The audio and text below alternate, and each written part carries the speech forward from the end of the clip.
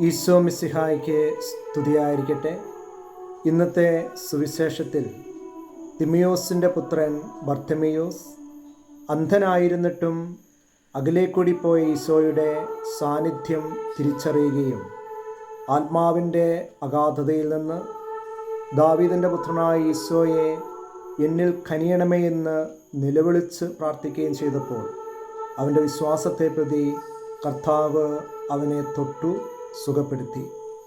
ഇന്ന് നമുക്കൊരോരുത്തർക്കും കാഴ്ചയുണ്ടായിട്ടും പരിശുദ്ധ നമ്മുടെ ഹൃദയങ്ങളിലേക്ക് ഈശോ എഴുന്നള്ളി വന്നിട്ടും ദിവ്യകാരുണ്യ സന്നിധിയിൽ അവിടുന്ന് നമ്മുടെ കൂടെ വസിച്ചിട്ടും ഈശോയെ കാണുവാനോ അനുഭവിക്കുവാനോ നമുക്ക് സാധിക്കുന്നില്ല.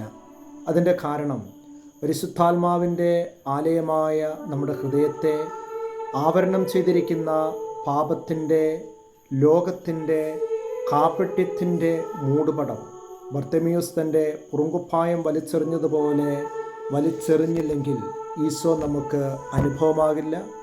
ഈശോ നമ്മുടെ ജീവിതത്തിൽ അത്ഭുതം പ്രവർത്തിക്കില്ല. ഈശോ നമ്മെ സ്പർശിക്കില്ല. ഈശോയെ മറ്റുള്ളവർക്ക് പകർന്നു കൊടുക്കുവാൻ നമുക്ക് സാധിക്കുകയുമില്ല.